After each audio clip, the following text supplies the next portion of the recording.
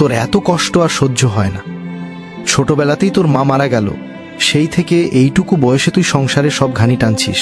আমার বড় অপরাধ হয়ে গেছে রে মা, তোকে আমি একটুও সুখ দিতে পারলাম না। ওই বাবা, তুমি এসব কি বলছো?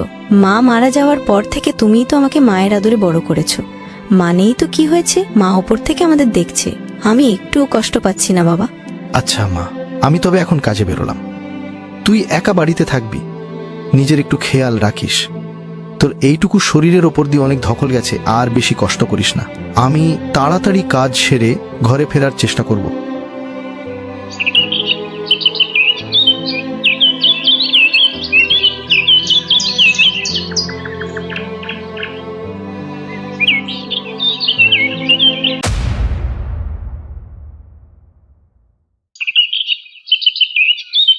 কিছুদিন পর বাবা অসুস্থ হয়ে পড়লেন।